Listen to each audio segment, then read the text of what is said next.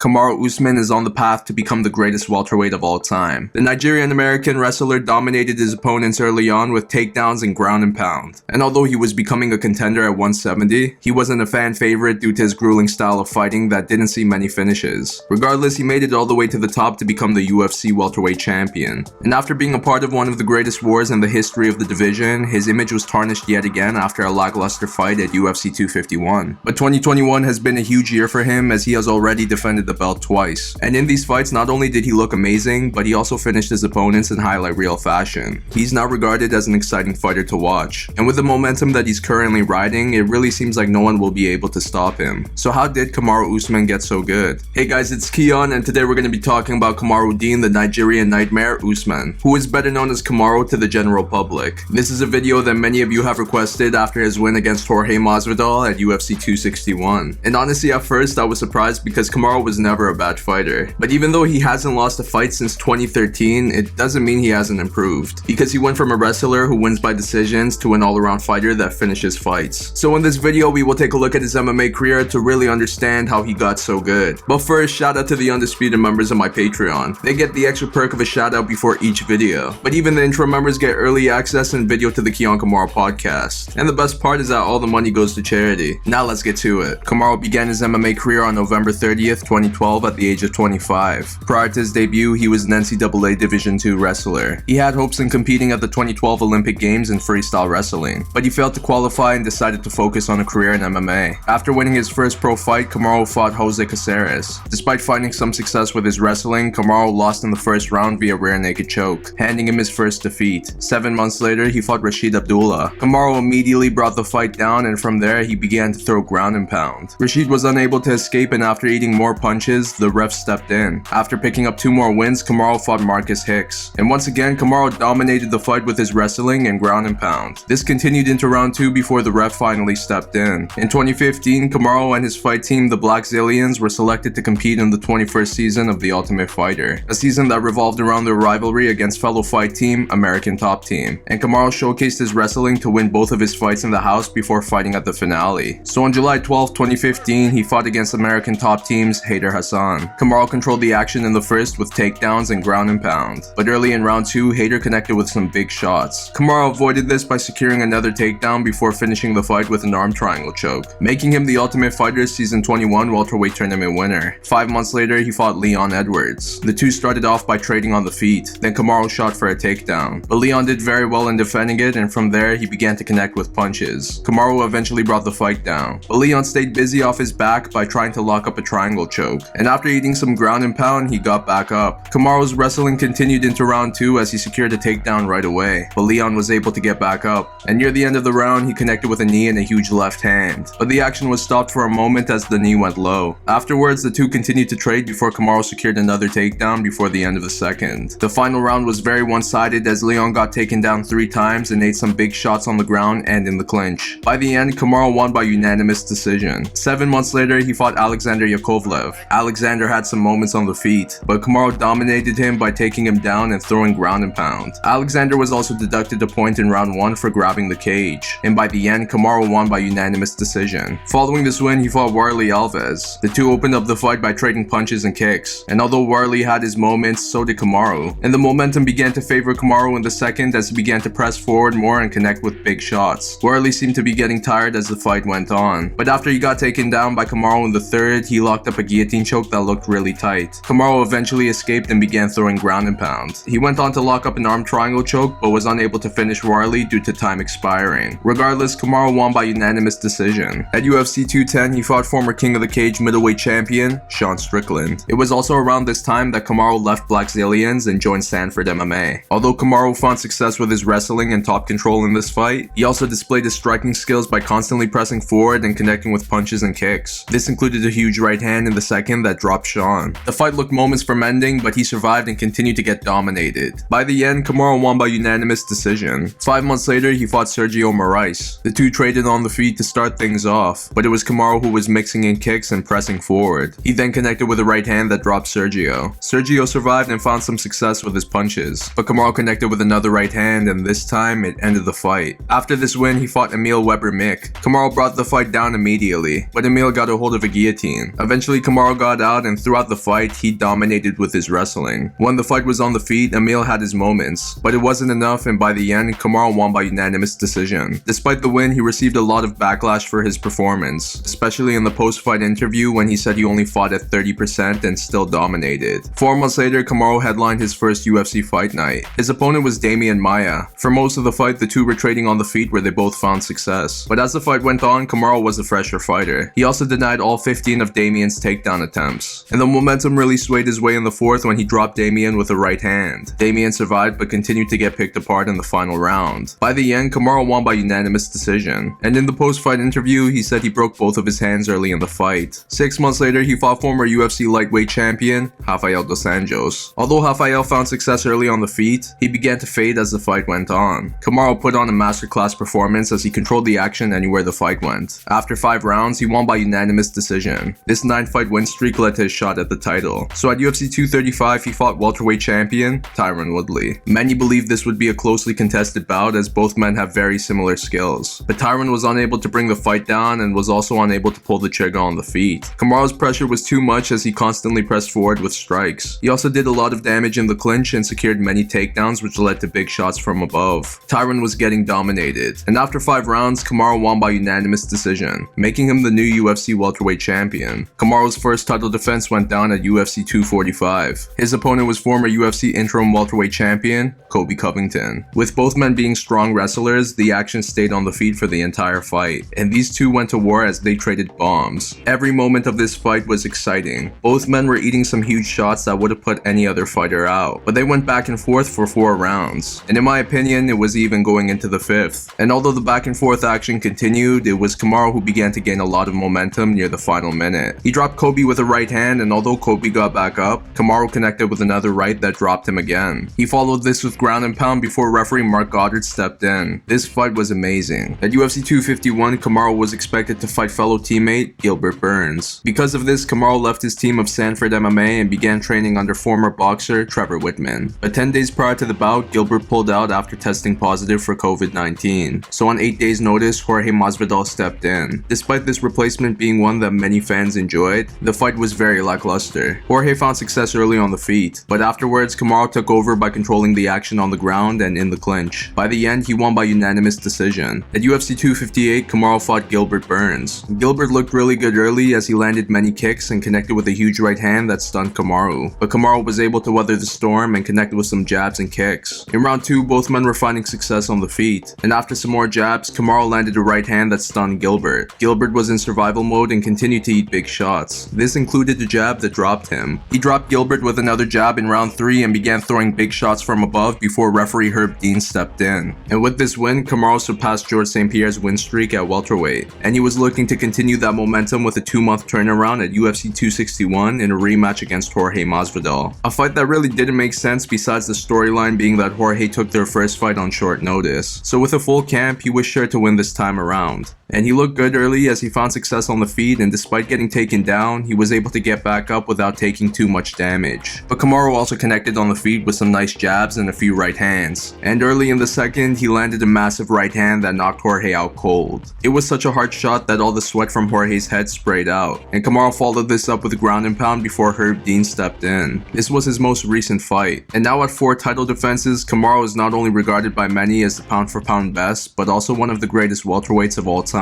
And if he continues to fight this way, he may very well become the greatest of all time. So after going 19-1 in a career that saw him go from high-level wrestler to an all-around UFC champion, how did Kamaru Usman get so good? Making this video really amused me, because Kamaru has hardly ever faced defeat in his MMA career, and usually these how did they get so good videos revolve around fighters who have learned and improved from losses. But just because Kamaru has stayed winning for quite some time now, it doesn't mean that he never developed as a fighter. In fact, the difference from his UFC debut to now is massive. He has gone from solid fighter to bona fide superstar, and it couldn't have happened to a better guy as he is a good person who does most of his talking through his fighting, which is very impressive, especially nowadays as the biggest stars in the sport tend to be the most outspoken ones. But Kamaru is making everyone pay attention to him by constantly putting on stellar performances. I mean, even UFC president Dana White, who has criticized Kamaru in the past, can't deny that he's a fan now. And this is a sentiment that many people in the MMA community feel. He went from hated to appreciated. So what exactly happened. First off, Kamaru has always been a solid wrestler. Most of his wins early on were by way of takedowns and ground and pound. And this is a narrative we've seen many times with wrestlers who become MMA fighters. Wrestling, in my opinion, is the superior style of fighting as it's the perfect base to build around. It's common for a wrestler to develop their striking to a high level, but it's very rare for a striker to develop into an elite level wrestler. And for Kamaru, this is what happened. He showed glimpses of skill on the feet early on in his career, but it really began to improve with his move from Black Zillions to Sanford MMA. Although coaches Henry Hooft and Greg Jones left Black Zillions to start Sanford MMA, I feel like the change in atmosphere at the new gym was crucial for Kamaru's striking. First off, it was a much smaller gym, which means more focus on each fighter. Secondly, Kamaru began to train with some of the best strikers, such as former UFC welterweight champion Robbie Lawler and former UFC middleweight champion Luke Rockhold. With this change in fight teams, Kamaru began to attack more on the feet. I also credit his fight against Warley Alves as a reason for becoming more confident with his striking. All this led to a knockout win against Sergio Moraes, which was the first time we really got to see Kamaru's power. But he still wasn't a fan favorite as he racked up many decision wins. The fights against Emil Weber-Mick and Damian Maia really lowered his stock, especially with the comments he made after those fights. And although he put on an impressive all-around performance against Rafael dos Anjos, it still wasn't enough for most MMA fans to pay attention. Because let's be honest, most people are looking for finishes. I personally can appreciate a dominant decision victory, but most MMA fans can't. And that's the downside of being an elite level wrestler in MMA. It takes much longer for the fans to appreciate the dominance. And in return, it takes longer for wrestlers to get to the top. And that's what happened with Kamaru as he had to go on a 9-fight win streak before receiving a shot at the title. But the tide really began to turn once he defeated Tyron Woodley to become champion. Because even though it was another decision, it was so dominant that people couldn't help but to take notice. Especially against a fighter like Tyron Woodley, who many believed was on the path to become the greatest welterweight of all time. And this momentum skyrocketed when Kamaru fought Colby Covington, because Kamaru was forced into a stand-up war. And in this fight, he showed how well he can handle adversity with the help of his granite chin and impressive gas tank. And when it came down to the 5th round in what was a very close fight, he did what a champion does and put on a statement. Similar to Israel Adesanya on the final round of his fight with Kelvin Gastelum. I think Kamaru learned a lot about himself after that win, as it showed that he wants it the most out of everyone. And I can only imagine how much confidence this gave him as a fighter, especially since it was against Colby Covington, who he really disliked. But then he was met at a crossroads when his next title defense was against teammate and friend Gilbert Burns. So Kamaru decided to leave Sanford MMA and began training under former boxer Trevor Whitman. And this easily could have been a decision that would have changed the course of his career for the worse. But instead, it was a move that elevated him from very good to sensational. Yes, his momentum went down a little after his first fight with Jorge Masvidal. But let's not forget that Kamaru had to take that fight on short notice as well. And as lackluster as the fight was, he had to do what he had to do to get the win. But after that, we really got to see the work of Trevor Whitman as he said all the right things in the fight against Gilbert Burns. After Kamaru faced early adversity, he began to find success on the feet with kicks and jabs, something that wasn't too common in his stand-up game before. Even at the end of round 1, Trevor Whitman told Kamaru that he's a champion because of his jab. So Kamaru continued to attack with that. And throughout that round, Trevor kept telling him to pull back so that Gilbert can attack and get exposed. This led to a huge right hand from Kamaru that changed the momentum of the fight. And the jabs continued to be effective, especially with the constant switching of his stance. This was all he had to do to get the finish. And Kamaru continued to find success with his punches, especially his jabs, in his second fight with Jorge Masvidal. He also showcased his grappling, which in my opinion has improved even more with the help of grappling coach George Santiago. In fact, with Khabib gone, I would say that Kamaru is now the best wrestler in the UFC at the moment. But in his second fight with Jorge Masvidal, the finish was set up by constantly throwing the jab. And when it was least expected, Kamaru followed up with a picture-perfect right hand that ended the fight.